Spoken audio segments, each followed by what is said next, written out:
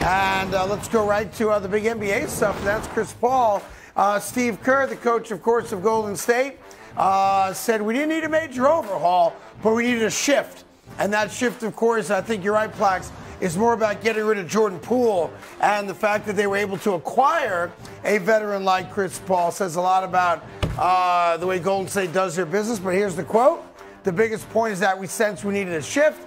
Didn't mean we needed an overhaul. We needed a shift of some sort. I think everybody sensed that. It feels like we've made a pretty significant shift without giving up our identity. Of course, their identity is Steph Curry and our sense of who we are as a team. Look, Jordan Poole was kind of a non-existent guy based on how he played this past year.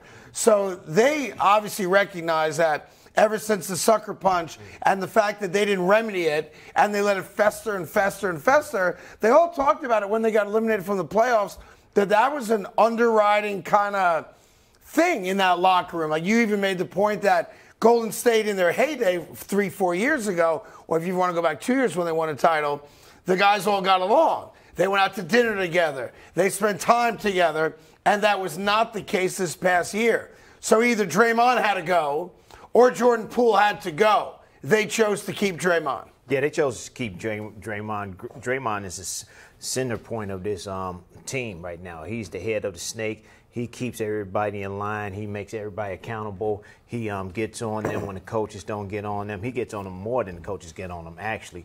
And they take a, they like that, and that's why they say he's a leader. Yeah. But after that incident, you just saw it. The whole morale of the team just came down. They was never able to get back in the shape. Isn't that part of it because there's no one else in that locker room that was able right, to... It's not another alpha in that locker room. It's all Draymond. It's all Draymond. Draymond talks, everybody listen. He might say some things that you don't want to hear. Sure. But they're not going to come up to him and say, hey, Dre, you need to cool out. Nope, nobody in that room is saying that. So I think that's what they missing there too. But I think, another thing is, the team, you saw the team, you saw the owners and the general managers and the coaches.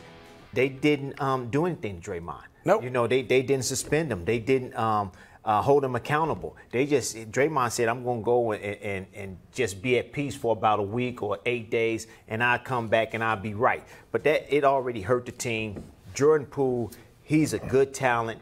The year before when they won a championship, he helped them win the championship. He was a key part of it. He was a key part of it. But at that particular time, the chemistry, the morale, and everything in that locker room had left because of that incident. So everybody agreed you needed a divorce of some sort. Either Dre had to go or Jordan Poole had to go. And if the idea is to maintain your team's identity, then it's an obvious answer. Draymond Green stays, and the 4-year, $128 million contract for Jordan Poole has to be thrown out the window. At the end of the day, I can't tell you that they're a better basketball team today for doing this. I can tell you, though, they've got a leader in that clubhouse now that everybody's got to respect. Whether they like him or not, you still got to respect Chris Paul when he walks in the door.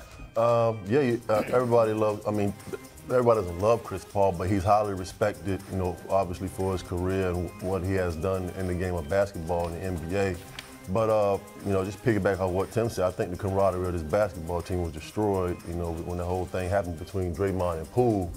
But, at the same time, Draymond is the heart and soul of that team, as far as playing basketball. And I would say that I've never been a part of anything like this in a football locker room, but I have a sense of that something like this on a basketball team would have more an effect in a locker room than it would on a football. Well, because it's fewer guys. Because you have a close-knit guys of 11 to 15 guys, and in a football locker room you have about 65 to 70. Right. So you don't have that interaction with every single person every single day, and I think it would be kind of easier to let the team heal.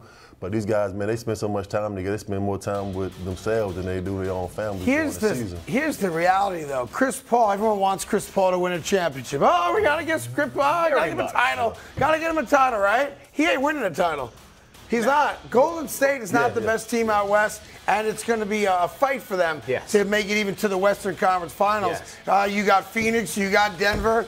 Let's see what the Lakers wind up doing. You got the upstart Sacramento Kings. Like, Golden State's going to be in the mix, but they were the worst road team in basketball last year. I'm not counting the Spurs and Rockets. They weren't playing NBA basketball last year.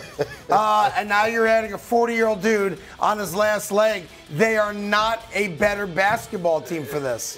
Does it fascinate you at all that this is all about clubhouse morale and they replaced a player that Draymond doesn't like with a player that Draymond doesn't like? No. You know what bothers me about this? It's the way everyone kisses Steve Kerr's ass. That's what bothers me about this, huh? Everybody kisses Stevie's rear end. Where are you getting this stuff from? Because I read it, I watch TV. He and I wins listen a lot. championships. What do you read? Huh? What do you read? I read Basketball Digest. Okay, what Yes, do you read? I do. What do you read Here's about? the issue. That doesn't exist. Basketball Digest. Street and Smiths, that's right. That's Street Smiths. What year is this? 85, Woo! 84s. No, it's like, oh, Steve Kerr. Steve Kerr allowed this problem to fester, did nothing about it. So it wasn't Bob Myers either. All of them. Right, all They're of them. all guilty Yes, of letting they are. it fester. Yes. And then after the season, when they got eliminated, they all come out and said, you know what? We should have fixed that Jordan Poole, Draymond Green problem. We were aware of it all year long. Well, it's one thing to say the players got to fix it. I don't accept that. No. You've got Steve Kerr and you got Bob Myers running your sim great. Yes. They were aware that it was a problem. Yes. At no point did they sit everybody down and fix the problem. Shame on them. No, shame on them. And I agree with you. It was Bob Myers and it was Steve Kerr's fault because they was the ones that's supposed to have fixed this problem. Not Steph Curry, not Klay Thomas, nobody on that team. They were supposed to fix that and set a precedence to this team. This is our team. Right. And this is what we have to do to keep this team together and keep this chemistry together. Even though you are the heart and soul, Draymond Green, you are going to be suspended for at least, I'm saying 3 to 5 games. So they set a precedence of who they are as an organization. Yep. When they didn't do that, they lost everything in that locker room. And they can say that now, but we knew that then. We knew that when it first happened. Every week. We talked, when that first happened, they did not do nothing to Draymond. It started right then and there with Poole and with the rest of the team in there. And they got their hands open like, for real, you really not going to do nothing to them? You're just going to let them get away with something else? Right. Because you've been letting them get away with a lot already, but you're going to let them get away with something else? And remember, as soon as the Warriors got eliminated, the first thing Steve Kerr said was there was something not right from the punch through the entire season. Hey there, thank you so much for watching The Carton Show. You can subscribe right here to get all the latest bits and segments from the show. And by the way, while you're at it, we have a lot of great shows on FS1, so check them out too.